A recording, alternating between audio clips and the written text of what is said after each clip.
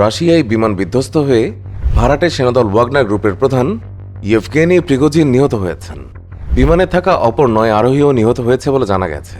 এর আগে ওয়াগনার গ্রুপের সাথে সম্পর্কিত একটি টেলিগ্রাম চ্যানেলে বলা হয়েছে, মস্কোর উত্তরে ওয়াগনার প্রধানকে বহনকারী বিমানটি আকাশ প্রতিরক্ষা বাহিনী কর্তৃক বিধ্বস্ত করা হয়েছে। উল্লেখ্য, গত জুনে রাশিয়ার সামরিক বাহিনীর বিরুদ্ধে এক ব্যর্থ অভ্যুত্থান পরিচালনা করে প্রিগোজিন। সেই সময় রুশ প্রেসিডেন্ট ভ্লাদিমির পুতিনের সঙ্গে তার দীর্ঘ আস্থার সম্পর্কের অবনতি হয়। পরবর্তীতে অবশ্য অস্ত্রবিরতি ঘোষণা করেন প্রিগোজিন। এ থেকে আবারও প্রমাণিত, পুতিন বেইমানদের ছেড়ে দেন না। চলুন একটু জেনে নেওয়া যাক, কে এই ইয়েভগেনি প্রিগোজিন। চুরির অভিযোগে দীর্ঘদিন রাশিয়ার জেলে বন্দী ছিলেন প্রিগোজিন, কিন্তু হঠাৎ করে উল্কার গতিতে উত্থান হতে শুরু হয় তার। রাতারাতি ওয়াগনার গ্রুপের প্রধান বনে যান প্রিগোজিন।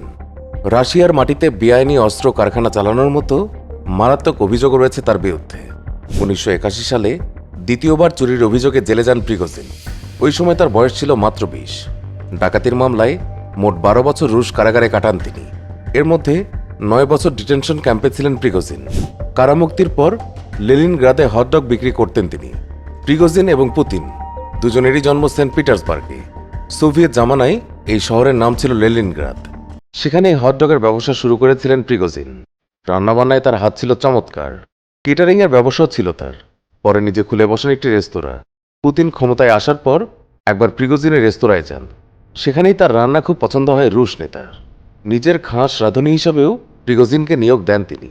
ধীরে ধীরে প্রিগোজিন হয়ে ওঠেন পুতিনের বিশ্বস্ত বন্ধু। বাড়তে থাকে তার ক্ষমতা এবং অর্থ। পুতিনের সহযোগী ও রাজনৈতিক উপদেষ্টা থাকার সময় নিজের সশস্ত্র বাহিনী গড়ে তোলার আগ্রহ দেখালে পুতিনও তাতে সায় দেয়। আগে পুতিনের ব্যক্তিগত বাহিনীর নেতৃত্বে ছিলেন রুশ সেনা কর্মকর্তা দিমিত্রি উটকিন। পরে পুতিন তার ব্যক্তিগত বাহিনীর প্রধান করেন ইয়েভজেনি প্রিগোজিনকে। এই দলের নাম রাখা হয় ওয়াগনার গ্রুপ। এই গ্রুপকে কোম্পানিতে পরিণত করতে প্রিগোজিনকে অনুমতি দেন পুতিন। ওয়াগনার গ্রুপ শুরুতে প্রকাশ্যে আসেনি। পুতিনের ব্যক্তিগত সশস্ত্র বাহিনী হিসেবে নীরবে কাজ করে গেছে। পশ্চিমারা এই গ্রুপ নিয়ে নানা কথা বললেও মস্কো বরাবরই মুখে কুলুপ এঁটেছিল।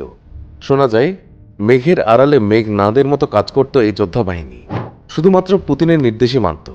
পুতিনের হয়ে তার শত্রুদের নাশ করা, রাশিয়ায় বিভিন্ন গোপন কাজ উদ্ধারের দায়িত্ব দেওয়া ছিল এই বাহিনীর ওপরেই।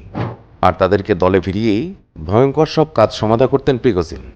ইউক্রেনের যুদ্ধের সময় প্রকাশ্যে আসে ওয়াগনার বাহিনী। এই যুদ্ধে প্রিগোজিনের ওয়াগনার যোদ্ধারাই সবচেয়ে বড় ভূমিকা নিয়েছিল। ডনবাস সহ ইউক্রেনের বড় বড় শহরগুলো দখল করতে এই যোদ্ধাদেরই কাজে লাগানো হয়েছিল।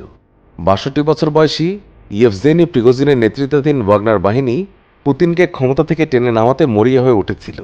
সেনা অভ্যুত্থানের মাধ্যমে পুতিনকে ক্ষমতাচ্যুত করতে চেয়েছিলেন তিনি।